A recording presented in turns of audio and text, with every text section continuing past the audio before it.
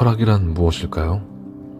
철학의 사전적 의미는 인간과 세계에 대한 근본 원리와 삶의 본질 따위를 연구하는 학문입니다.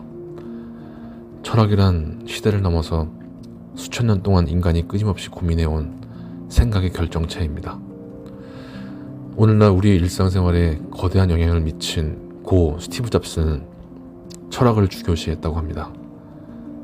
스티브 잡스의 전기 스티브 잡스는 철학을 통한 리더십을 구축한 아스펜 연구소 회장이자 최고 경영자인 월터 아이작슨이 살아생전 고인의 의뢰를 받아 집필했다고 합니다.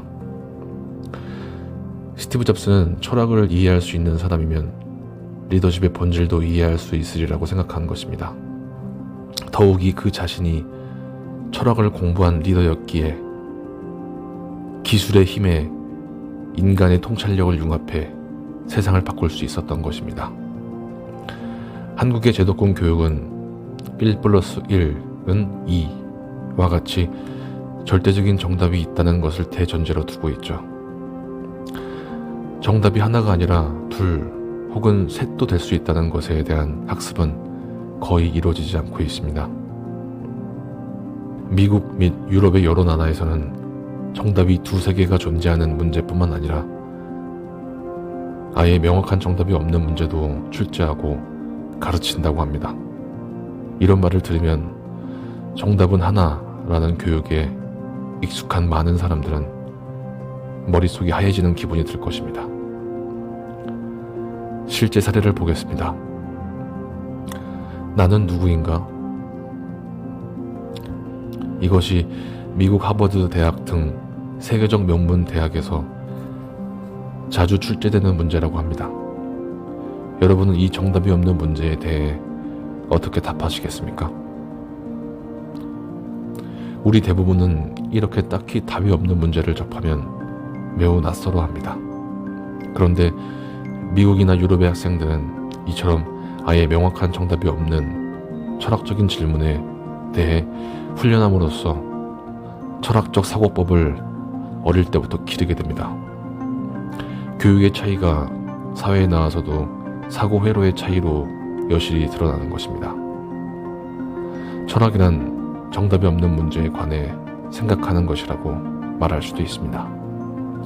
앞으로 계속해서 빠르게 변화하는 국제사회에서 리더십을 발휘하고 전 세계 인재들에게 인정받기 위해서는 철학적 사고가 반드시 필요합니다. 우리의 학교 시험처럼 달달 외워서 풀 수 있는 정답이 하나인 문제에 답할 수 있는 능력뿐 아니라 정답이 많거나 없는 문제에 대해서도 스스로의 머리로 생각하는 힘을 익혀야 합니다. 남이 아닌 자기 머리로 생각하는 힘을 키우기 위해서 가장 효과적인 도구가 바로 철학입니다. 철학이라고 하면 아무래도 어렵다는 인상을 지울 수 없는데 단순하게 생각하면 어려울 이유도 없습니다. 철학은 계속해서 생각하는 것이기 때문입니다. 철학은 자유란 무엇인가, 평등이란 무엇인가처럼 인간이 아주 오래전부터 고민해왔지만 여전히 해결하지 못한 근본적인 주제를 취급합니다. 요컨대 이런 개념에 대해서 당신은 어떻게 생각하는가 하고 계속 질문을 던지는 게 철학입니다.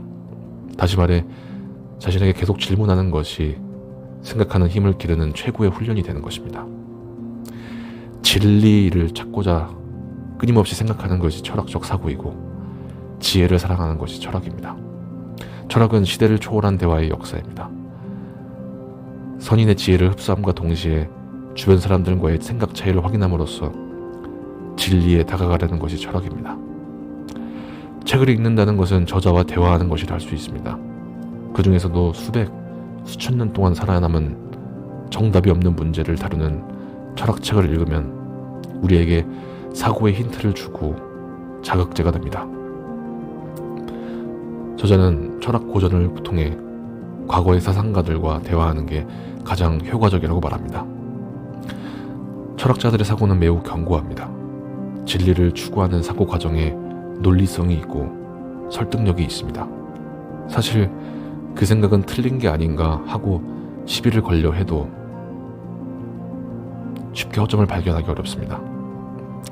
그러는 과정 속에서 자연스럽게 자신의 철학적 사고가 깊어집니다.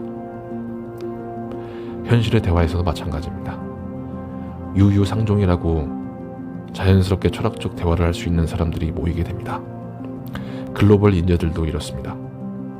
높은 수준의 철학적 사고를 지닌 사람들이 커뮤니티를 이뤄 별다르게 의식하지 않아도 서로 단련이 되는 것입니다.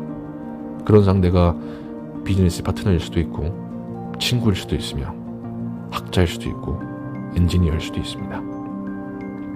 직업, 지위, 국적, 문화, 가치관, 사상의 차이와 상관없이 서로 다른 생각을 나누고 사고의 다양성을 인정합니다.